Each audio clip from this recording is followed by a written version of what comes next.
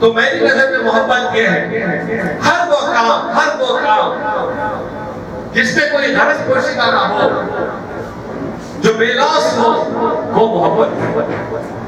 کوئی غرض پوشیدہ نہ ہو، بے غرض ہو کر جو خدمت کی جاتی ہے وہی محبت ہے۔ اور یہ چیز خانوادہ شہریہ کی پہلی صفت ہے جو میں نے اس ساتھ میں پائی ہے۔ اب آئیے دوسری صفت کی طرف۔ یہ خاص بات ہے کہ میں ایک میرے مشن کے طور پر میں اس کو لوگوں تک پہنچاتا رہتا ہوں۔ اور وہ یہ ہے کہ دیکھیے ذرا غور سے سن لیجیے بات کو۔ رسول پاک صلی اللہ علیہ وسلم کی زندگی کو آپ مطالعہ کریں گے، ایک خاص بات کا احساس ہوگا، اور وہ خاص بات یہ ہے کہ وہ انہوں نے کبھی اپنی ذات کے لیے کسی سے بدلہ نہیں لیا، آواز نہیں اٹھائی، تلوار نہیں اٹھائی۔ لوگوں نے ان پر کچرا پھینکا، پتھروں سے ان کے پاؤں زخمی کیے اور ان کے خلاف بہت کچھ لکھا، خط میں لکھی، لیکن کبھی انہوں نے اپنی ذات کے لیے کہا کہ نہیں، چھوڑو، معاف کرو، چلو آگے۔ مگر جب بات اسلام کی آتی ہے، بات جب توحید کی آتی ہے، بات جب حق کی آتی ہے، تو آپ تلوار بھی اٹھاتے ہیں، لشکر کی جو ہے رہنمائی بھی کرتے ہیں، اور باقاعدہ اس میں مدافعت میں نکل پڑتے ہیں۔ اس فرق کو سمجھیے، اپنی ذات کے لیے کچھ نہ کرنا، اپنی ذات کے لیے کچھ ہو تو معاف کر کے آگے نکل جانا، درگزر کر کے نکل جانا، لیکن حق کی خاطر تلوار اٹھانا، دو الگ الگ چیزیں ہیں۔ اچھا، اس میں چیز یہ ہے، اس میں چیز دیکھیے، حکمت ہے اس میں، اور وہ حکمت یہ ہے کہ اگر آپ اپنی ذات کے لیے آپ بدلہ لینا چھوڑ دیں گے تو پھر حق کے لیے جب لڑیں گے تو آپ کے اندر طاقت رہے گی، آپ کے اندر طاقت رہے گی۔ لیکن اگر آپ اپنی ذات کے لیے لڑتے رہیں گے تو آپ کے اندر وہ قوت نہیں پیدا ہوگی جو اسلام پیدا کرنا چاہتا ہے۔ یہ اس بات کو ذہن میں رکھ لیجیے، اور میں اصلی بات پہ آتا ہوں، اور وہ یہ ہے کہ تمام صوفیاء کرام کہیں بھی ہو، ان لوگوں نے یہی طریقہ اختیار کیا، اپنی ذات کے لیے کبھی انہوں نے آواز نہیں اٹھائی، اپنی ذات کے لیے کبھی انہوں نے کچھ کسی کا نقصان نہیں کیا، اور اپنی ذات کے لیے انہوں نے کبھی انتخاب نہیں لیا، معاف کیا، آگے بڑھتے رہے۔ یہی پہلو ہم یہاں بھی دیکھتے ہیں۔ حضرت شیخ سالس رحمۃ اللہ علیہ آج جن کا عرس ہے، ان کو لوگوں نے طرح طرح کی تکلیفیں دی، خود ان کے رشتہ دار سے منہ کترا کر بھاگتے تھے، اور کوئی کسی نے ان کو ساتھ دینے کی بات تک نہیں کی، تو ایسے لوگوں کو انہوں نے جو ہے ان کو معاف کیا، وہ آگے بڑھ گئے، درگزر فرمایا۔ لیکن جب بات نکلی جلسہ انا کی، بہت بڑا جلسہ قدری میں ہوا تھا، ایک حق کی بات تھی جس کے لیے لڑنا ضروری تھا، حضرت شیخ سالس رحمۃ اللہ علیہ باقاعدہ منظم طریقے سے فائٹ کرتے ہیں اور لڑتے ہیں، ثابت کرنے کے لیے کہ حق جو ہے کہہ رہے وہی حق ہے۔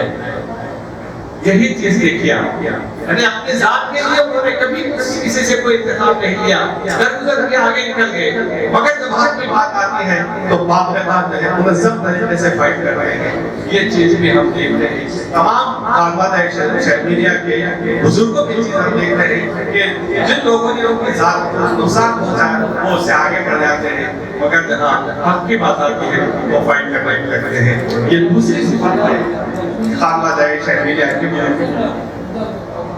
اب آئیے تیسری صفت کے بارے میں دو چار باتیں عرض کر دوں، اور وہ یہ ہے کہ اللہ دے بندہ لے، اللہ دے بندہ لے۔ پھر اللہ اور بندے کے بیچ میں دوسرا بندہ کیوں آئے؟ کیا ضرورت ہے؟ کیوں آئے بندہ؟ میرا تعلق اللہ سے ہے، اس بات کو ذرا غور سے سمجھیے۔ میں پہلے ایک واقعہ سناتا ہوں، 2 واقعے، اس کے بعد بات کرتا ہوں۔ دیکھیں کہ حضرت شاہ میر ثالث رحمۃ اللہ علیہ کدری میں ہے، رہنے کے لیے گھر نہیں ہے، کپڑے نہیں ہے پہننے کے لیے، اور ایک پاجامہ ہے اور وہ پاجامہ پھٹا ہوا ہے اور بار بار پھٹتا جاتا ہے۔ بات وہ نہیں ہے، بات یہ ہے کہ جب پاجامہ پھٹتا ہے تو وہ مسجد میں بیٹھ کر سینہ ان کی غیرت کو گوانا نہیں تھا، وہ لوگوں کے سامنے بیٹھ کر اپنے پاجامے پھٹے ہوئے پاجامے کو سینا نہیں چاہتے تھے۔ اس بہت نزاکت ہے، اس میں آپ غور کر کے دیکھیے۔ پاجامہ پھٹا ہوا ہے، ہم لوگ سب کرتے ہیں، ہم مسجد میں بیٹھیں گے، محفل میں بیٹھیں گے، ہم اس کو سی لیں گے، لیکن حضرت کی غیرت گوارا نہیں کر رہی ہے کہ وہ پھٹے ہوئے پاجامے کو مسجد میں بیٹھ کر سیے، تو پھر کیا کرتے ہیں؟ وہ بیت الخلا میں جاتے ہیں، جا کے سی کے پہن کے آتے ہیں تاکہ کوئی دیکھے نہیں کہ ان کا پاجامہ پھٹا ہوا۔ لکھتے ہیں کہ ایک دن 3 مرتبہ پھٹ گیا، 3 مرتبہ پھٹ گیا، تینوں مرتبہ وہ بیت الخلا میں گئے اور وہاں جا کر سیا پہن کر آئے۔ تو کیا سمجھتے ہیں اس سے؟ پتہ نہیں آپ لوگوں کو کیا سمجھ میں آتا ہے، مجھے سمجھ میں آتا ہے، مجھے سمجھ میں جو آتا ہے وہ یہ ہے کہ میری غریبی، میری تنگدستی، میری مجبوری، تو وہ اللہ میرے اور اللہ کے درمیان کی بات ہے۔ دنیا والے کیوں دیکھیں؟ دنیا والے کیوں دیکھیں کہ میرا پاجامہ پھٹا ہوا ہے؟ میں تو سیدھے تعلق رکھتا ہوں اللہ میاں سے۔ اللہ میاں تو دیکھ کہ میرا پاجامہ پھٹا ہوا ہے، اب تیرا فرض ہے کہ تو میرے پاجامے کو سی لے یا نہیں تو نیا پاجامہ دلا۔ اسے کہتے ہیں اللہ دے بندہ دے۔ ویسا ہم اللہ اور بندے کے درمیان میں سے ساری مخلوق کو نکال دیتے ہیں، ہم کو مخلوق کی ضرورت ہی نہیں ہے، ہم سیدھے اللہ سے کہتے ہیں اللہ تم دے۔ یہی حال ہے یوسف علی شاہ شہبیر کا، کہ یوسف علی بخاری صاحب کا، وہ بھی مدراس میں احمد بیگم مسجد میں پڑھ رہے ہیں، تعلیم حاصل کر رہے ہیں، فاقہ اتنا ہے کہ 2 دن 3 دن بھوکے رہ رہے ہیں، کسی کو ظاہر نہیں کر رہے کہ وہ فاقہ ہے، کسی کو ظاہر نہیں کر رہے۔ تو یہ بزرگ ہے، نماز پڑھنے کے لیے کھڑے ہوتے ہیں تو گر جاتے ہیں، اتنا فاقہ ہے، مگر سوائے اپنے اللہ کی کسی اور سے کہتے نہیں ہیں کہ میں بھوکا ہوں۔ تو یہ تعلق ہے کہ ہم سیدھے اپنے اللہ سے، دیکھیے میں نے اس کاروانے میں یہ بات محسوس کی ہے کہ وہ سیدھے طریقے سے اپنے اللہ سے پوچھتے ہیں۔ اگر ایک چھوٹا سا جھاڑو کی گاڑی بھی اگر چاہیے تو اللہ سے بات ہے کہ مجھے مل جائے۔ تو یہ ہے اللہ دے اور بندہ دے، یہ صفت بھی میں نے اس خاندان میں دیکھی ہے۔ چوتھی صفت یہ ہے وقت کی قدر۔ میں نے جیسا وقت کی قدر کا تعلق اس خاندان میں، اس خاندانے میں دیکھا ہے، کسی اور جگہ پہ حالانکہ آپ جانتے ہیں جن عہدوں پہ میں رہا ہوں، میں کن کن لوگوں سے ملتا ہوں، کیسے رہتا ہوں، سب جگہوں سے میں نے دیکھا ہے، لیکن میں پورے دعوے کے ساتھ کہہ سکتا ہوں کہ وقت کی قدر جس انداز سے خاندان شاہ میریہ کے بزرگوں نے کی ہے، جو شاہ میریہ اولیاء میں آپ کو ملتے ہیں، کہیں اور نہیں ہوتے۔ وقت کی قدر، پھر اگر آپ وقت کی قدر نہیں کریں گے تو کیا کریں؟ آپ دیکھتے ہیں کہ اس خاندان میں ایک منظم طریقہ ہے۔ آپ فجر کی نماز کو جاتے ہیں، ہم نے کہیں پڑھا ہے کہ کوئی پیر و مرشد تھے جو سنت نماز، فجر کی سنت اور فرض کے درمیان اپنے بیٹے کو جو ہے سبق سکھاتے تھے، پڑھاتے تھے۔ تو یہ وقت ہے فجر کی نماز اور فرض نماز اور سنت نماز سے پہلے، تو وقت مقرر ہے، نمازوں کا وقت مقرر ہے، نفلوں کا نماز وقت مقرر ہے، تہجد کا نماز وقت مقرر ہے، آپ کے لوگوں کا ملنے کا وقت مقرر ہے، ہر چیز کا وقت مقرر کیا ہے۔ ایک وقت ہے جو ان کا غلام بن کر نہیں چل رہا ہے۔ بھائی بڑی عجیب بات میں نے پڑھی، حضرت بیرق شاہ اللہ کے تعلق سے کہا جاتا ہے کہ وہ ذکر و اذکار میں گزارتے تھے، عملیات میں گزارتے تھے، اور اگر کوئی ملنا چاہتا ان سے تو پہلے سے وقت لے لیتے۔ کتنے دیر رہیں گے آپ؟ 15 منٹ، 20 منٹ، آدھا گھنٹہ؟ تو کہتے ہیں کہ بھائی مجھے آدھا گھنٹہ رہے۔